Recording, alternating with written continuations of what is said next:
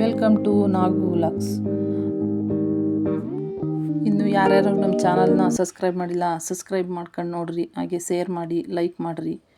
ಬನ್ನಿ ಇವತ್ತೊಂದು ರೆಸಿಪಿ ಹೇಳ್ಕೊಡ್ತೀನಿ. ಅದುವೇ ಹಾಗಲಕಾಯಿ ಸಾಂಬಾರು ಅಥವಾ ಹಾಗಲಕಾಯಿ ಬಸ್ಸಾರು. ಮೊದಲು ಹಾಗಲಕಾಯಿನ ಈ ಥರ ಕಟ್ ಮಾಡ್ಕೋಬೇಕು. ನಾನು ಒಂದು 3 ಹಾಗಲಕಾಯಿ ತಗೊಂಡಿದ್ದೀನಿ. ಈ ಥರ ಎಲ್ಲ ಸಣ್ಣಗೆ ಕಟ್ ಮಾಡ್ಕೋಬೇಕು. ಕಟ್ ಮಾಡ್ಕೊಂಡಿದ್ದಾದಮೇಲೆ ಒಂದು ಪಾತ್ರೆಗೆ ನೀರು ಹಾಕಿ ಬೇಯಕ್ಕಿಡಬೇಕು. ಇದು ಒಂದು ಕಡೆ ಬೇಯ್ತಿಲ್ಲ, ಇನ್ನೊಂದು ಕಡೆ ನಾನು ಒಂದು ಪಾತ್ರೆ ಇಟ್ಕೊಂಡು ಅದಕ್ಕೆ 1 ಕಪ್ಪು ಅವರೆಕಾಳು ಹಾಕ್ಕೊಂಡಿದ್ದೀನಿ. ಅವರೆಕಾಳನ್ನ ಹುರ್ಕೋಬೇಕು.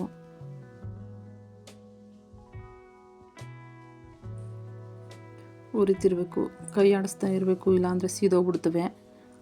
ಹಾಗೆ ಕೈ ಆಡಿಸ್ತಾ ಸ್ವಲ್ಪ ಕೆಂಪಗಾಗೋವರೆಗ ಹುರಿಬೇಕು ಅವು ಕಾಳನ್ನ.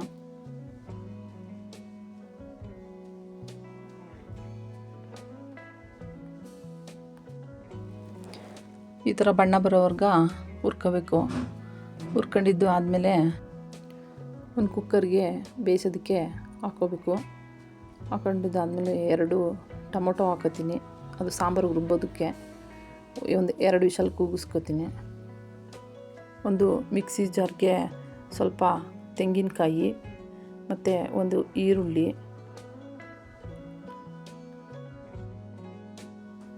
ಒಂದು ಬೆಳ್ಳುಳ್ಳಿ ಮತ್ತು ಒಂದು ಸ್ವಲ್ಪ ಹುಣಸೆಹಣ್ಣು, ಸ್ವಲ್ಪ ಕೊತ್ತಂಬರಿ ಸೊಪ್ಪು ಮತ್ತು ಆವಾಗಲೇ ಕಾಳಿನ ಜೊತೆ ಬೇಯಿಸ್ಕೊಂಡಿದ್ದ 2 ಟೊಮೊಟೊ ಮತ್ತು 1 ಟೇಬಲ್ ಸ್ಪೂನಷ್ಟು ಕಡಲೆ ಹಾಕಿ ರುಬ್ಕೋಬೇಕು. ರುಬ್ಕೊಂಡಿದ್ದಾದಮೇಲೆ ಒಂದು 2ರಿಂದ 3 ಟೇಬಲ್ ಸ್ಪೂನಷ್ಟು ಮನೇಲೇ ಮಾಡಿದ ಸಾಂಬಾರು ಪೌಡ್ರು ಹಾಕಿ ಇನ್ನೊಂದು ಸತಿ ಗ್ರೈಂಡ್ ಮಾಡ್ಕೋಬೇಕು. ಎಲ್ಲ ಗ್ರೈಂಡ್ ಮಾಡ್ಕೊಂಡಾದಮೇಲೆ ಆವಾಗಲೇ ಬೇಯಿಸಿದ್ದಂಥ ಅವರೆಕಾಳಿಗೆ ಮುಂಚೆನೇ ಬೇಯಿಸಿಟ್ಟಿದ್ದ ಹಾಗಲಕಾಯಿನ ಅದ್ರ ಜೊತೆಗೆ ಹಾಕ್ಕೋಬೇಕು. ಹಾಕ್ಕೊಂಡು ಎಲ್ಲ ಮಿಕ್ಸ್ ಮಾಡಿ ಮತ್ತು ರುಬ್ಬಿಟ್ಕೊಂಡಿದ್ವಲ್ಲ ಅದನ್ನು ಮಸಾಲೆನೂ ಅದಕ್ಕೆ ಸೇರಿಸಿ ಮಿಕ್ಸ್ ಮಾಡಬೇಕು. ಮಿಕ್ಸ್ ಮಾಡಿಕೊಂಡು ಹಾಗೆ ನೋಡಬೇಕು. ನಮಗೆ ನೀರನ್ನು ಹಾಕಬೇಕು ಅನಿಸಿದರೆ ನೀರು ಹಾಕ್ಕೊಂಡು ಅದು ನಮಗೆ ಎಷ್ಟು ಸಾಂಬಾರು ಬೇಕೋ ಅಷ್ಟು ನೀರು ಸೇರಿಸ್ಕೊಂಡು ಮಿಕ್ಸ್ ಮಾಡಬೇಕು.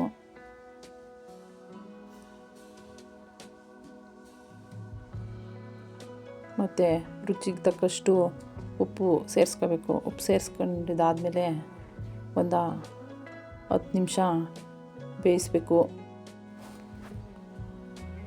10 ನಿಮಿಷ ಕುದಿಸಿದಾದಮೇಲೆ ಸಾಂಬಾರು ಎಲ್ಲ ಈ ಥರ ರೆಡಿ ಆಯಿತು. ಸಾಂಬಾರು ರೆಡಿ ಆಯಿತು.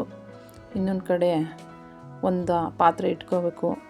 ಆ ಪಾತ್ರೆ ಇಟ್ಕೊಂಡು ಅದಕ್ಕೆ 2 ಟೇಬಲ್ ಸ್ಪೂನು ಎಣ್ಣೆ ಬಿಸಿ ಆದಮೇಲೆ ಸಾಸಿವೆ, ಕರಿಬೇವಿನ ಸೊಪ್ಪು, ಒಂದು 5-6 ಇಲ್ಕು ಬೆಳ್ಳುಳ್ಳಿ ಜಜ್ಜಿಬಿಟ್ಟು ಹಾಕಬೇಕು. ಮತ್ತು ಒಂದು 2 ಈರುಳ್ಳಿ ಹಾಕಿ ಚೆನ್ನಾಗಿ ಫ್ರೈ ಮಾಡಬೇಕು ಎಣ್ಣೆಲಿ. ಎಲ್ಲ ಹಸಿ ವಾಸನೆ ಹೋಗೋವರೆಗ ಚೆನ್ನಾಗಿ ಫ್ರೈ ಆದಮೇಲೆ ಒಂದು 2 ಟೊಮೊಟೊನ ಚೆನ್ನಾಗಿ ಬೇಯಿಸಬೇಕು. ಮತ್ತು ರುಚಿಗೆ ತಕ್ಕಷ್ಟು ಉಪ್ಪು ಹಾಕೋಬೇಕು. ಇದಕ್ಕೆ ಮುಂಚೆನೇ ಸಾಂಬಾರಿಗೆ ಉಪ್ಪು ಸೇರಿಸ್ಕೊಂಡಿರ್ತೀವಿ. ನೋಡ್ಕೊಂಡು ಟೊಮೊಟೊ ಈರುಳ್ಳಿಗೆ ಎಷ್ಟು ಬೇಕೋ ಅಷ್ಟು ಹಾಕ್ಕೊಂಡು ಮಾಡಬೇಕು. ಮತ್ತು ಒಂದು ಟೇಬಲ್ ಸ್ಪೂನಷ್ಟು ಹುಣಸೆಹಣ್ಣಿನ ರಸ ಸೇರಿಸ್ಕೊಂಡು ಎಲ್ಲ ಹಸಿ ವಾಸನೆ ಹೋಗೋವರೆಗ ಚೆನ್ನಾಗೆಲ್ಲ ಬೇಯಬೇಕು. ಇದೆಲ್ಲ ಚೆನ್ನಾಗಿ ಬೇಯ್ಕೊಳ್ಳಿ.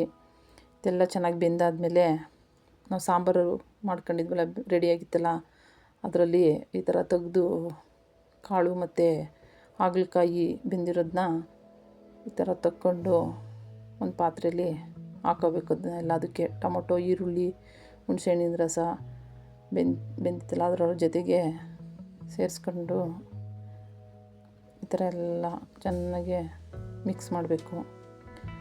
ಇದೆಲ್ಲ ಚೆನ್ನಾಗಿ ಮಿಕ್ಸ್ ಆಗಲಿ. ಒಂದು 2-3 ನಿಮಿಷ ಚೆನ್ನಾಗಿ ಬೇಯಿಸಬೇಕು.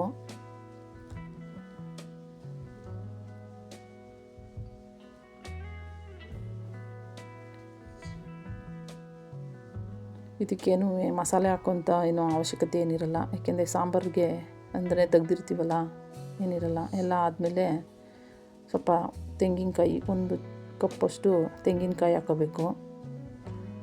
ಹಾಕೊಂಡು ಚೆನ್ನಾಗೆಲ್ಲ ಮಿಕ್ಸ್ ಮಾಡಬೇಕು. ಎಲ್ಲ ಚೆನ್ನಾಗಿ ಮಿಕ್ಸ್ ಆಗಲಿ. ಎಲ್ಲ ಮಿಕ್ಸ್ ಆದಮೇಲೆ ಸ್ವಲ್ಪ ಕೊತ್ತಂಬರಿ ಸೊಪ್ಪು ಎಲ್ಲ ಮಿಕ್ಸ್ ಮಾಡಿ ಈಗ ಪಲ್ಯ ರೆಡಿ ಆಯಿತು. ಮತ್ತು ಪಲ್ಯ ರೆಡಿ ಆದಮೇಲೆ ಇನ್ನೊಂದು ಕಡೆ ಸಾಂಬಾರಿಗೆ ಒಗ್ಗರಣೆ ಹಾಕೊಳ್ಳೋಣ. ಒಂದು ಪಾತ್ರೆ ಇಟ್ಟು ಅದಕ್ಕೆ 1.5 ಟೇಬಲ್ ಸ್ಪೂನಷ್ಟು ಎಣ್ಣೆ ಹಾಕ್ಕೋಬೇಕು. ಎಣ್ಣೆ ಬಿಸಿ ಆದಮೇಲೆ ಒಂದು ಸ್ವಲ್ಪ ಸಾಸಿವೆ, ಕರಿಬೇವಿನ ಸೊಪ್ಪು ಮತ್ತು 2 ಇಲ್ಕು ಬೆಳ್ಳುಳ್ಳಿ ಜಜ್ಜಿ ಹಾಕೊಂಡಿರಬೇಕು. ಮತ್ತು 1 ಈರುಳ್ಳಿ ಹಾಕಿ ಚೆನ್ನಾಗೆಲ್ಲ ಫ್ರೈ ಮಾಡಬೇಕು. ಇದೆಲ್ಲ ಫ್ರೈ ಆದಮೇಲೆ 1 ಟೊಮೊಟೊ, ಮತ್ತು ಇದು ಸಾಂಬಾರ್ಗೆ ಉಪ್ಪು ಹಾಕಿರ್ತೀವಿ ನೋಡ್ಕೊಂಡು ಸ್ವಲ್ಪ ಟೊಮೊಟೊ ಬೇಯೋಷ್ಟು ಈರುಳ್ಳಿ ಟೊಮೊಟೊಗೆ ಉಪ್ಪು ಹಾಕ್ಕೊಂಡು ಕಲ್ಲುಪ್ಪು ಸೇರಿಸ್ಕೊಂಡು ಚೆನ್ನಾಗೆಲ್ಲ ಫ್ರೈ ಮಾಡ್ಕೋಬೇಕು. ಇದೆಲ್ಲ ಚೆನ್ನಾಗಿ ಟೊಮೊಟೊ ಬೇಯೋವರೆಗೆ ಫ್ರೈ ಆಗಲಿ.